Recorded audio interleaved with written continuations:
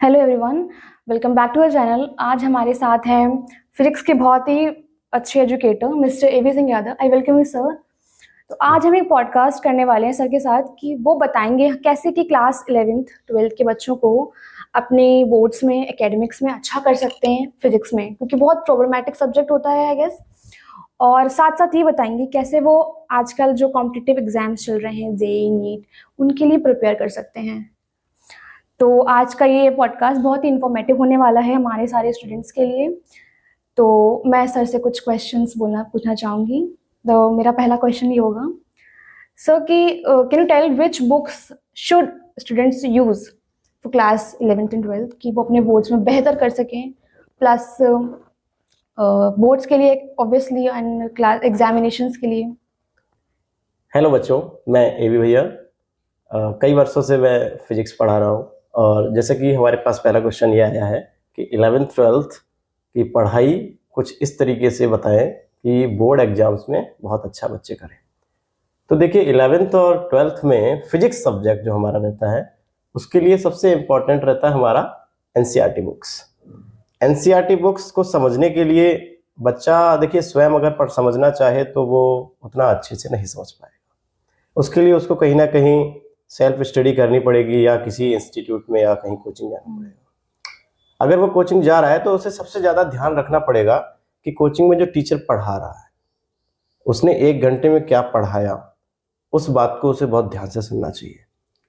और जो भी नोट्स बनवाए जा रहे हैं, और चूंकि 1 घंटे में उसने ध्यान से सुना है तो उन नोट्स को वो घर पे आके 15-20 मिनट में रिवाइज कर ले। ये सबसे ज़रूरी बात है जो बच्चे आजकल नहीं कर रहे हैं। चूंकि मोबाइल का ज़माना चल रहा है तो घर पे आके सबसे पहले वो रील्स चेक कर रहे हैं और अपना जो भी उनका मैसेज वगैरह नोटिफिकेशन चेक करते हैं कि बहुत इंपॉर्टेंट उनकी नोटिफिकेशन या मैसेज छूट रहे हैं, 1 घंटे से छूटे हुए हैं। तो सबसे इम्पॉर्टेंट ये होता है कि जो पढ़ाया गया है उसको रिवाइज करना रोज का रोज।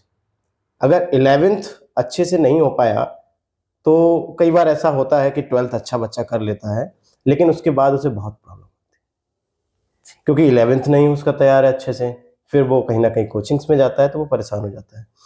तो सबसे इम्पॉर्टेंट बात यही है हमारी कि अगर आप ले रहे हैं या सेल्फ स्टडी कर रहे हैं तो वो तो बेस्ट है।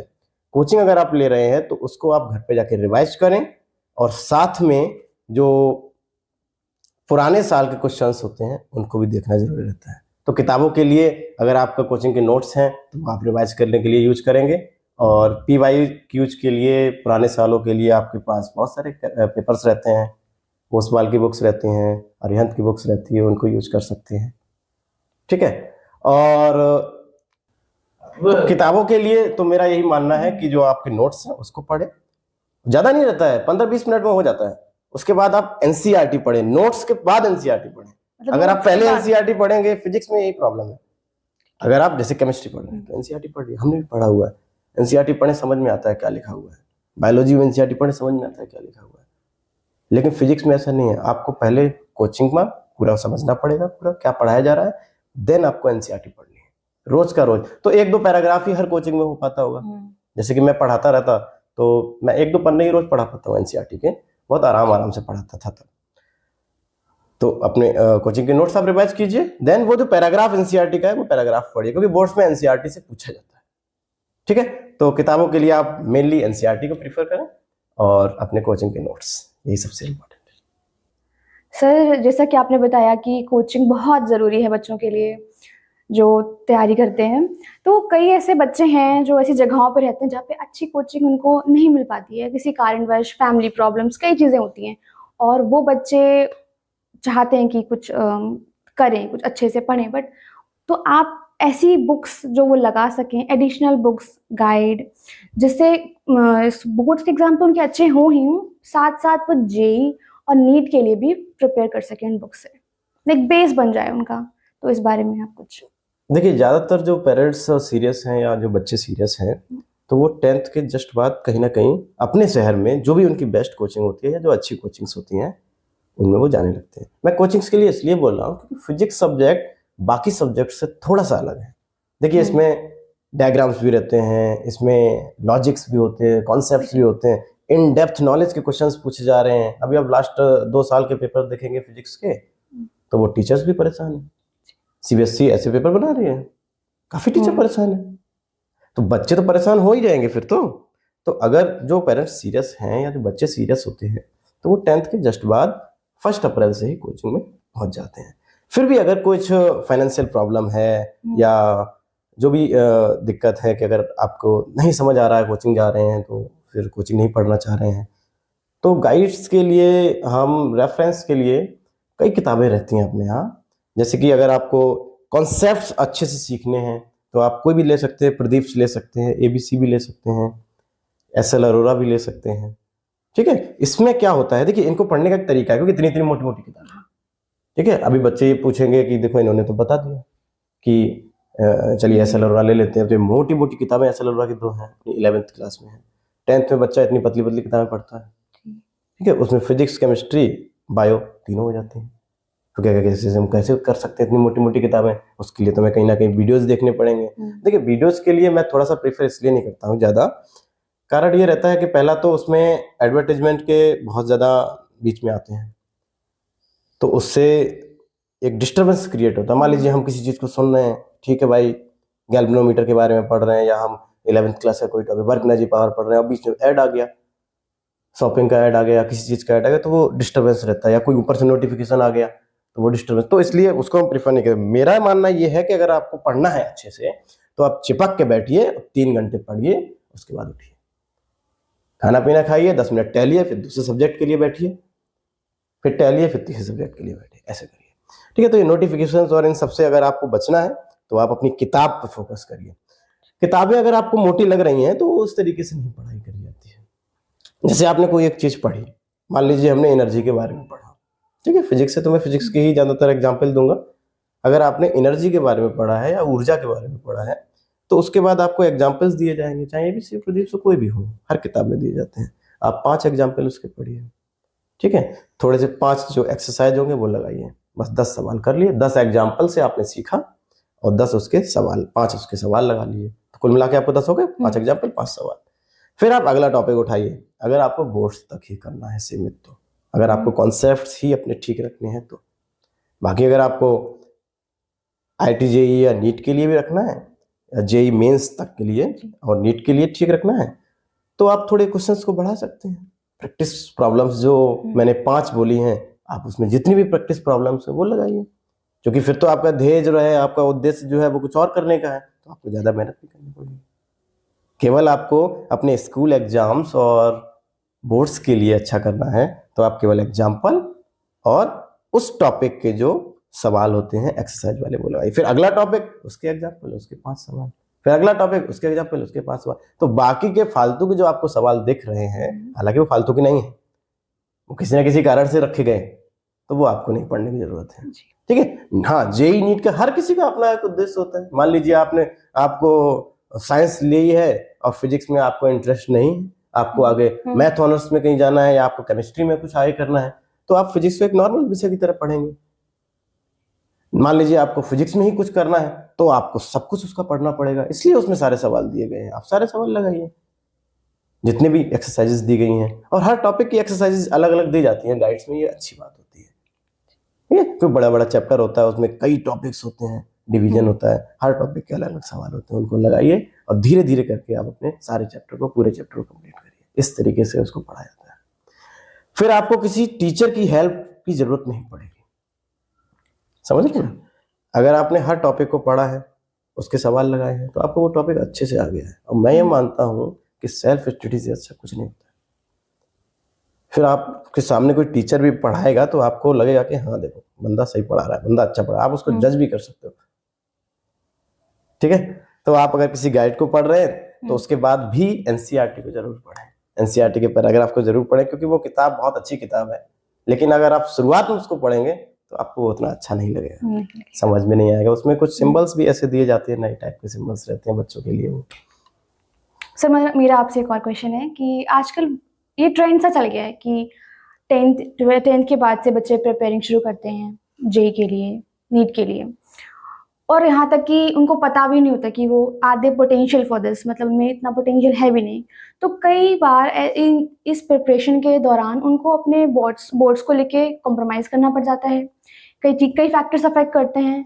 तो can you please tell them, can you guide them कि क्या सही टाइम है स्टार्ट करने का प्रिपरेशन, और क्या वो करें या ना करें? मतलब प्लीज आप इसको थोड़ा सा एक्सप्लेन देखिए, सबसे इम्पोर्टेंट ये है कि बच्चे को और उनके पेरेंट्स को अपना बच्चा समझ में आना चाहिए, और बच्चे को स्वयं को समझ में आना चाहिए कि वो क्या है। सबसे पहले तो ये समझ लें कि आईटी जेई और नीट ही सब कुछ नहीं है। ठीक है, कि अगर हम आईटी में गए तो ही हम कुछ जिंदगी में बहुत बड़ा कर लेंगे, तो ही हमारे पास बंगला आ पाएंगे, या तभी हम कुछ अपने सेल्फ सेटिस्फेक्शन मिलेगा, या हम नीट में गए तभी हम कुछ सब कुछ कर पाएंगे। कारण यही है कि जैसे कि हमारे क्लास में 30 बच्चे हैं, 30 में से 10 बच्चे हमारे आईटी जेई की तैयारी करने स्टार्ट कर दिया है 10th क्लास के बाद, जस्ट बाद। तो बाकी के जो 20 है उनको दिमाग में आएगा देखो शुरुआत के सारे बच्चे कर रहे हैं, हम भी करें। तो वो जो देखा दुनिया में जो चलता है, जो एक दूसरे को देख के काम करते हैं, उसमें जो एवरेज और जो बिलो एवरेज होता है वो पिस जाता है जी। वो ना ही नीट की तैयारी कर पाता है, ना ही बोर्ड्स की तैयारी कर पाता है। क्लास में जो मास्टर बोल रहा है वो अलग मास्टर है, घर पे जाके जो कोचिंग में जो नीट की तैयारी कर रहे हैं वो मास्टर अलग है। दोनों की बातों में हौच पौच हो जाता है। वहां चल रहा है वर्क एनर्जी पावर, यहाँ चल रहा है वेक्टर्स, क्योंकि ये पीछे चल रहा है। तो फिर ना वो स्कूल लायक बचता है, ना वो वहां का रहता है। तो सबसे पहले तो ये समझ में आना चाहिए कि वास्तव में हमको जेई की तैयारी करनी है, हम उस लायक हैं या नहीं। ठीक है, अब ये कैसे पता चल जाएगा? खुद ही पता चल जाता है बच्चे को। आप 9th में पढ़े हैं, फिजिक्स की चीजें, साइंस पढ़े हैं, मैथ्स पढ़े हैं, आपको मैथ्स में इंटरेस्ट है, आप जेई की तरफ जा सकते हैं। आपको फिजिक्स में इंटरेस्ट है, केमिस्ट्री में इंटरेस्ट है, जेई की तरफ आप जा सकते हैं, बढ़िया, अच्छी बात है। इंटरेस्ट का मतलब क्या होता है? पहले तो यही नहीं समझ में आता है बच्चे को।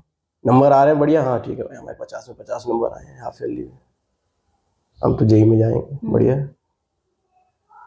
देखिए 9th और 10th में क्या होता है, सिलेबस कम होता है। ठीक है, हाफ ईयरली में हमारे पास 2.5 चैप्टर केमिस्ट्री के पूछे गए, पूरी साइंस के पूछे जाते हैं 2.5 चैप्टर, वही सब होता है, ज्यादा होता ही नहीं है। ज्यादा 5 मान लीजिए पूछ लिए गए, 4 पूछ लिए गए चैप्टर, तो आपने ढंग से उनको रगड़ दिया, आपके मार्क्स बहुत अच्छे आ गए। किसी चीज को आप 10 बार पढ़ रहे हैं तब समझ में आ रही है, तो इसका मतलब आप उसमें इंटरेस्टेड नहीं है। वो तो आपने करत करत अभ्यास के वाली बात हो गई ना, आपको वो चीज समझ में आई है। अगर आप किसी चीज में इंटरेस्टेड हैं तो आप पहले तो टीचर की बात को बहुत ध्यान से सुनते होंगे। आप देखिए कि आप टीचर की बात को बहुत ध्यान से सुन रहे हैं क्लास में। साइंस का टीचर आपको पढ़ा रहा है 9th क्लास में, मोमेंटम का टॉपिक आपको समझ में आया, टीचर ने पढ़ाया उसी समय आधा समझ में आ जाता है, घर पे जाके आपको पूरा समझ में आता है। 1-2 बार 3 बार में आपको समझ में आ रहा है, इसका मतलब हाँ आपको वो चीज अच्छे से आती है, आपको उस विषय में आप अट्रैक्टेड हैं उस विषय के प्रति, क्योंकि आपका ध्यान जो है वो टीचर की बातों पे जा रहा है। क्योंकि मैं अपना बताऊं तो मेरा सामाजिक विज्ञान, जिसको हम एसएसटी बोलते थे उस समय, मैं उस समय उसके इंटरेस्टेड नहीं था, तो मेरा ध्यान भी नहीं जाता था। टीचर पढ़ाते थे, टीचर लिखवाते थे, नोट्स को लास्ट में पढ़ लेता था, पेपर के बीच में जो गैप रहता था उनको पढ़ लेता था। तो इस प्रकार से अगर आपने 50 नंबर लाए कि हमने 10 दिन बैठ के पढ़ लिया साइंस को, तो आप जेई की तरफ फोकस ना करें तो ज्यादा बेहतर है। क्योंकि आप जेई की तैयारी या जेई की तैयारी को आप 10 दिन में नहीं क्लियर कर सकते हैं। आपने बोर्ड्स कर लिए होंगे या हाफ ईयरली का एग्जाम कर लिया होगा, 10 दिन में बैठ के तैयार जेई नहीं कर पाएंगे, पिसना पड़ेगा, रात दिन पढ़ना पड़ेगा ना उसके लिए। तो सही तरीका क्या है? तो अपने आप को जाने कि हाँ नहीं, हम उसके लिए हैं, उसी के लिए बने हैं। हमको बहुत मजा आया 9th-10th में, ठीक है, आप जेई की तैयारी कीजिए। जेई की तैयारी के लिए 2 तरीके हैं। आपके पेरेंट्स का, आपके शहर में अच्छी सी कोचिंग संस्थान है तो आप जा सकते हैं। वो बच्चे जिनको वास्तव में लगता है कि हाँ उनके अंदर पोटेंशियल है, एबिलिटी है, गट्स है उनके अंदर तैयारी करने का, आप जा सकते हैं। तो जो बच्चे कंपटीशन वाली जो कोचिंग ज्वाइन किए हुए हैं, तो उनको तो उनके टीचर खुद ही सब कुछ बता देंगे कि उनके तो मॉड्यूल्स होते हैं, डीपीपी होते हैं, बहुत कुछ रहता है, रात दिन वो रगड़ते हैं बढ़िया तरीके से। लेकिन मैं उनके लिए बता रहा हूँ जो अपने एकेडमिक्स के लिए 11th-12th जो क्लास चलता है उसकी अगर कोचिंग लिए हैं, क्योंकि हर शहर में बड़ी कोचिंग्स नहीं, ठीक है। आपका बच्चे का पोटेंशियल है भाई, जैसे कि मैं पेरेंट्स हूँ, मेरे बच्चे का पोटेंशियल है, हमारे शहर में आकाश है, हमारे शहर में बड़ी बड़ी जो कोचिंग्स होती हैं, ठीक है, या मेरे पास फंड्स हैं, पैसे हैं, मैं कोटा भेज रहा हूँ, कानपुर भेज रहा हूँ, तो वो तो अपना खुद ही देखेंगे, मुझे थोड़ा ही गाइड करना पड़ेगा, ज़्यादा नहीं करना पड़ेगा बस। लेकिन वो बच्चा या वो शहर के बच्चा जिसपे पोटेंशियल है लेकिन उसके पास कोचिंग नहीं है बढ़िया आईटी वाली, तो वो तो अपनी नॉर्मल एकेडमिक्स वाली कोचिंग लेगा। तो उसके लिए क्या करे, जो नोट्स आपको टीचर पढ़ा रहे हैं सबसे पहले क्विकली उसको रिवीजन करो। 1 घंटे की पढ़ाई 15 मिनट में रिवीजन हो जाता है।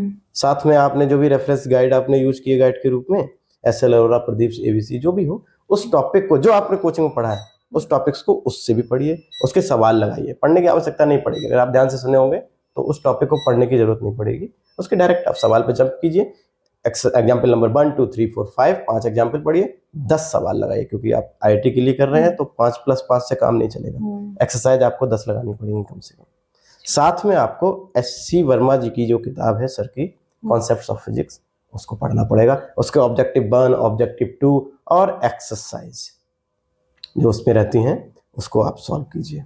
जब आप उतना कर लेंगे, ठीक है, क्योंकि आपका उद्देश्य बड़ा है तो आपको मेहनत भी ज्यादा करनी पड़ेगी, है ना। तो लास्ट 30 साल के जो पेपर की एक किताब आती है, लास्ट 30 ईयर की, जेई नीट की, हर दोनों की आती है, नीट की भी आती है, जेई की भी आती है। वही टॉपिक मान लीजिए आपको लीनियर मोमेंटम पढ़ाया गया है फॉर एग्जाम्पल, तो आप लीनियर मोमेंटम के वो देखिए, उस टॉपिक पे पहुंचिए उस किताब के कि उसके पिछले 30 सालों में कई बार पैटर्न चेंज हुआ है, कभी बहुत कठिन पूछे जाते हैं सवाल, कभी बहुत नॉर्मल पूछे जाते हैं सवाल, तो आपको उसमें सारे मिक्सचर मिल जाएंगे। लगाइए, आपको 15 सवाल बनते हैं तो 15 बनाइए, 20 बनते हैं तो 20 बनाइए, ज्यादा प्रेशर ना लीजिए। तो ये इस तरीके से अगर आप तैयारी करेंगे, यानी एक टॉपिक जो आपको पढ़ाया गया है, जो भी टॉपिक पढ़ाया गया है, आप घर पे आके क्विकली उस टॉपिक को पढ़िए, आपके टीचर ने क्या पढ़ाया, प्लस गाइड को आप गाइड में जो सवाल दिए उससे थोड़ी सी प्रैक्टिस कीजिए, 10 12 15 सवाल उससे लगाइए। फिर SCV पढ़िए, SCV में 2-4 सवाल रहते हैं एक टॉपिक के, ज्यादा नहीं रहते हैं, मोटी किताब नहीं, पतली किताब है, 2 किताबें पतली पतली, 2-4 सवाल आपको देखने पड़ेंगे। लेकिन वो तो किताब है, वो ऐसी है कि आप 2-4 सवाल लगा के रुकेंगे ही नहीं, आपको आगे बढ़ना ही पड़ेगा। वो एक टाइप का बढ़िया नशा टाइप का आता है, उसमें आपको लगाते रहना पड़ेगा, मजा आएगा उसको लगाने में। साथ में आपको लास्ट 30 ईयर के पेपर्स जो होंगे उनको साथ में ही लगाना पड़ेगा। इतना मेहनत आपको हर टॉपिक पे रोज करनी पड़ेगी। फिजिक्स के लिए आपको कहीं कोचिंग जाने की जरूरत नहीं है। लास्ट 30 ईयर के अगर क्वेश्चन पेपर लगा रहे हैं तो आपको कहीं कोचिंग जाने की आवश्यकता ही नहीं है। उसमें आपको कॉन्फिडेंस रहता है, आपने जो कोर नॉलेज है आपको टीचर ने दे दी है, ठीक है, आपने उस सब्जेक्ट का जो नॉर्मल गाइड्स होती हैं उनको पढ़ा है, SCV को देखा है, लास्ट 30 ईयर के क्वेश्चंस को देखा है, पर्याप्त है। जेई मेंस जो रहता है उसका लेवल काफी डाउन हो चुका है, आप बहुत आसानी से कर सकते हैं। नीट की भी फिजिक्स आप आसानी से कर सकते हैं इतना करके, ठीक है। सर मेरा आपसे क्वेश्चन है कि जैसे अब एक रेस सी चल रही है, हर बच्चा तैयारी कर रहा है जेई की, नीट की, उसको लगता है कि वो साइंस का स्टूडेंट है तो उसको उसके लिए ऑप्शंस कम है, सिर्फ जेई या नीट, और लैक ऑफ नॉलेज भी हो सकती है इस मैटर में। तो आप अदर फील्ड्स बच्चों को सजेस्ट करिए कि क्या अदर वाइडर एक्सपेक्टेशंस के, कि आप सही सिर्फ बात जेई है। नीट नहीं है, और भी कई चीज़ें हैं जिसमें करियर अपॉर्चुनिटीज बेटर हैं। देखिए, अगर आप 10th के बाद साइंस लेते हैं तो आजकल ऐसा रुझान चल रहा है कि ज़्यादातर most of the 80% of the class students हैं वो हमारे जेई नीट की तरफ चले जाते हैं। जी। सबसे पहले तो मैंने पहले भी बताया कि अपनी पोटेंशियल खुद जानो, ठीक है। तैयारी करने को मेरे क्लास के बच्चों ने भी तैयारी की थी, हालांकि मैंने नहीं की थी। तो उसमें से कुछ ही लोग सिलेक्ट होते हैं, बाकी लोग सफ़र कर जाते हैं। 11th 12th उन्होंने अपनी बर्बाद कर ली होती है, ठीक है, क्योंकि वो उस लायक थे नहीं, और उसके बाद भी 1 साल खराब कर लिए हैं। उसके बाद फिर इधर अन्य फील्ड्स भी होते हैं, उधर हो जाते हैं या नहीं भी पहुंच पाते हैं।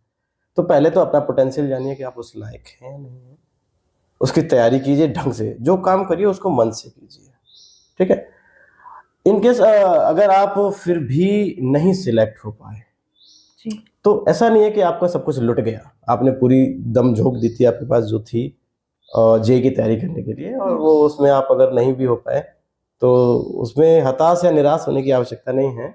आपने अगर फिजिक्स को अच्छे से पढ़ा, ठीक है, अच्छे से पढ़ा होने का मतलब ये है आप किताब से पढ़ रहे हैं या कहीं कोचिंग में पढ़ रहे हैं, तो कोचिंग में थोड़ा सा डिस्टर्बेंस ये हो जाता है कि वो बहुत एक तो ज़्यादा पढ़ाते हैं, जल्दी जल्दी पढ़ाते हैं। जी। उनका उद्देश्य रहता है कि बच्चा कुछ भी करके सवाल को सीख ले, वो फिर नए मेथड्स को, शॉर्ट ट्रिक्स को बच्चे को बताने का प्रयास करते हैं। तो मैं ज़्यादा फोकस करता हूँ सेल्फ स्टडीज पे। अगर आप किताब को पढ़े हैं तो आपको भीतर की जो कोर नॉलेज है, आपको वो उसका आइडिया है, वो चीज़ क्या होती हैं, कॉन्सेप्ट्स क्या होते हैं, वो चीज़ आपको पता है, तो वो चीज़ आपकी कभी खराब नहीं जाएगी। उससे आपका ब्रेन डेवलप हुआ है, हर क्षेत्र में आपका वो काम आएगा।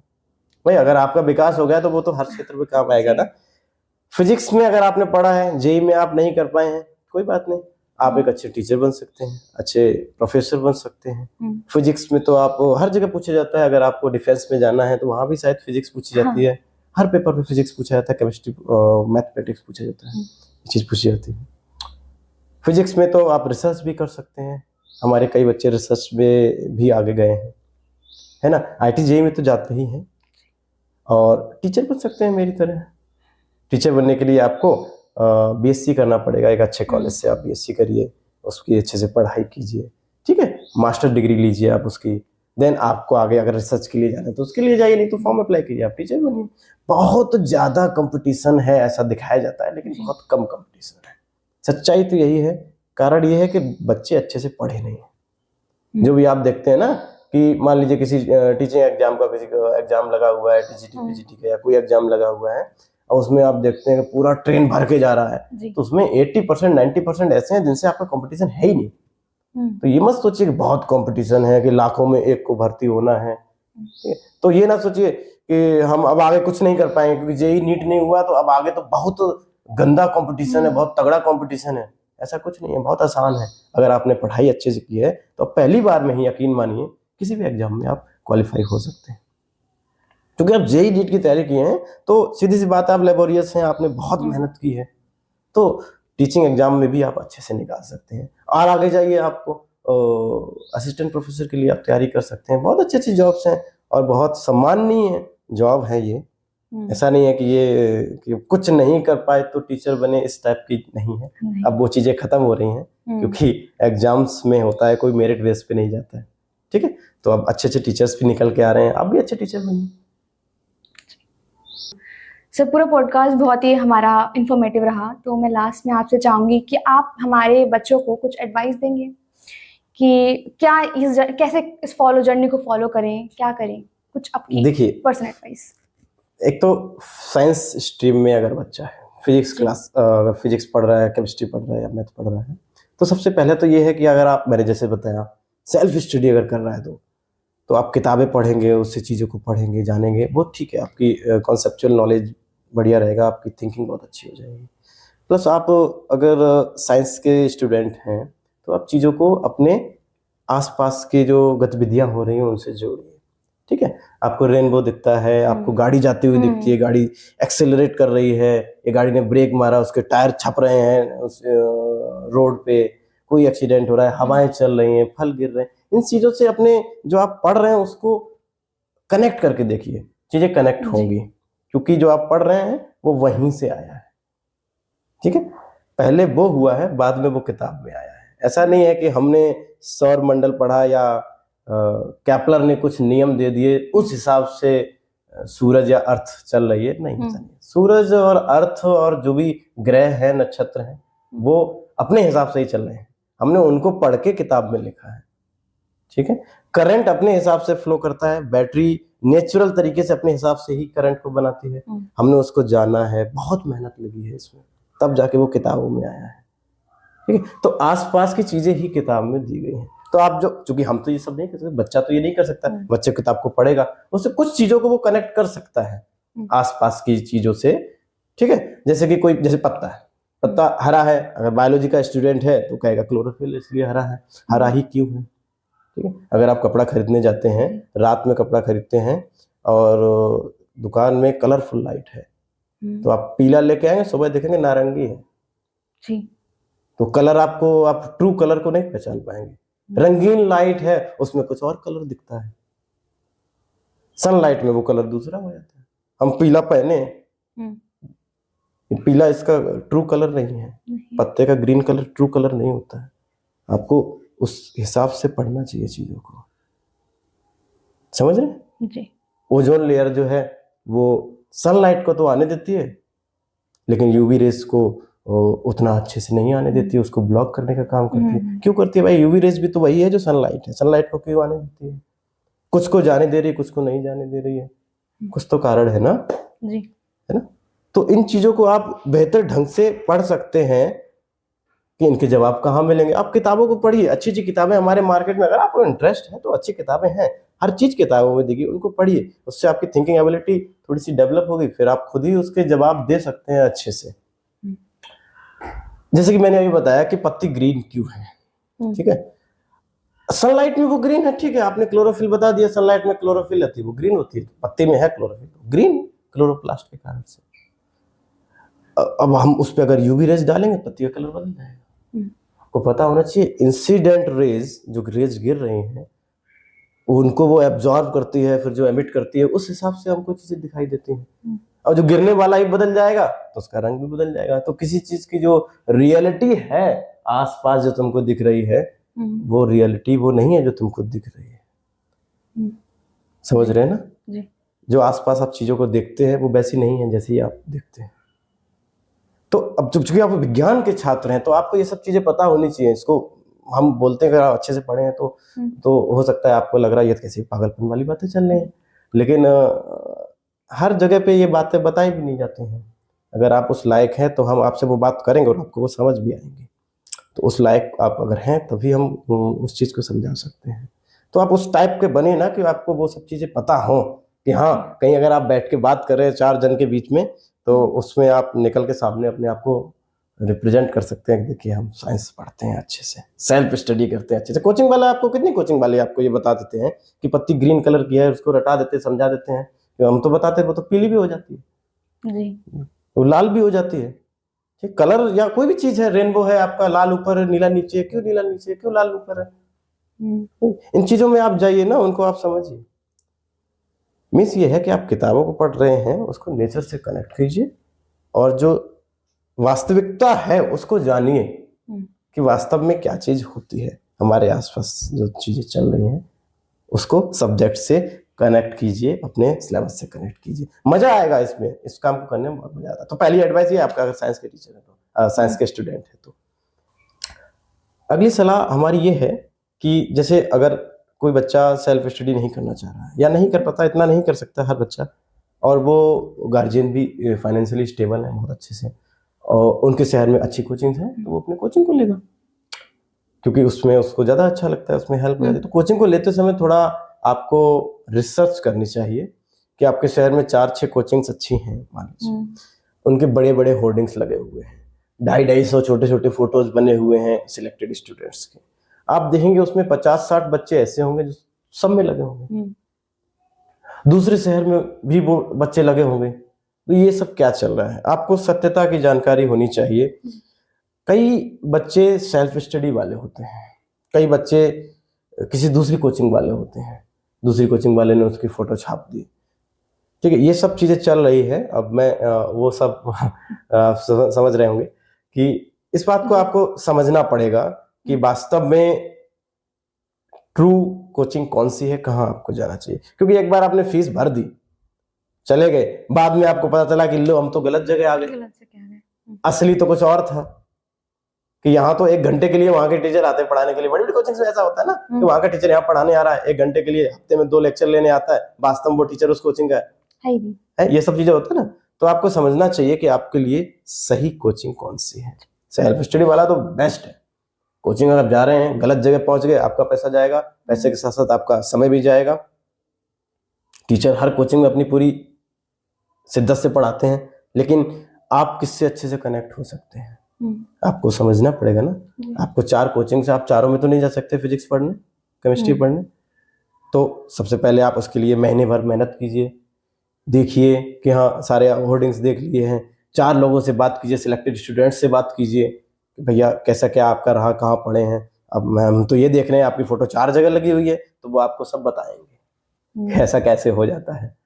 ठीक है, कई बार बच्चे क्या करते हैं कि कोचिंग्स वाले क्या करते हैं कि बच्चा खुद पढ़ा हुआ होता है, ठीक है, और उसको उसकी फोटो छाप देते हैं, मिसगाइड हो जाते हैं ना बाकी सारे बच्चे इससे। तो कह रहे ये भैया इनसे पढ़े, तो हम जाके उनसे पढ़ लें। आप उनसे एक बार पूछिए, आपके शहर का बच्चा, आप उनसे पूछिए कि आप कहाँ पढ़े हुए हैं, तो उससे आपको सत्यता पता चल जाएगी।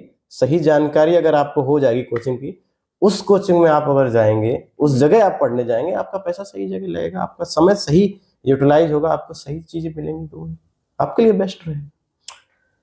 बाकी कोचिंग वाले तो यही सोचते हैं ना कि हम जितना ज्यादा से ज्यादा प्रचार कर लें, है ना। आजकल डिजिटल चल रहा है सब कुछ, यूट्यूब पर भी प्रचार चल रहा है, फेसबुक पर भी चल रहा है, बड़े बड़े होर्डिंग्स चौराहे पर लगे हुए हैं, तो आप भ्रमित हो जाते हैं कि हम कहाँ जाएं कहाँ नहीं है। तो उसके लिए आपको मेहनत करनी चाहिए 1 महीने पहले। 10th में आप पास हुए हैं, अब 10th में पास हुए हैं तो आपके पास पूरा मार्च है, आधा मार्च है, आप उसको यूज करिए। सही जगह जाएंगे, कोचिंग कर लगाना है, सेल्फ स्टडी करना है तो आप सही किताबें खरीदिए, आप वहां की तैयारी कीजिए।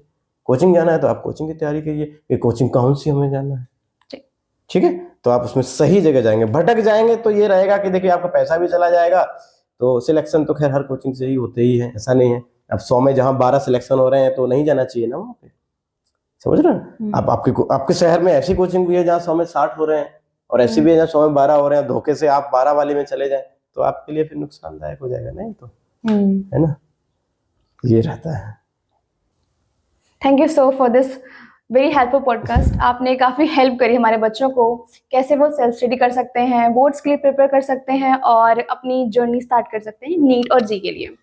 वेरी इंफॉर्मेटिव वीडियो रहा, और मैं चाहूँगी सभी बच्चे इस वीडियो को ज़्यादा से ज़्यादा शेयर करें, इस पॉडकास्ट को, क्योंकि बहुत इंफॉर्मेटिव पॉडकास्ट है। और इस चैनल पर काफ़ी इंफॉर्मेटिव वीडियोस पड़ी हुई हैं, मोटिवेशनल वीडियोस पड़ी हुई हैं, स्टडी मटेरियल पड़ा हुआ है। तो आप चाहें तो अपने फ्रेंड्स को शेयर कर सकते हैं। इंग्लिश प्लस हिंदी दोनों में पड़ा हुआ है। आप इस चैनल को सब्सक्राइब करें, लाइक करें, and thank you very much.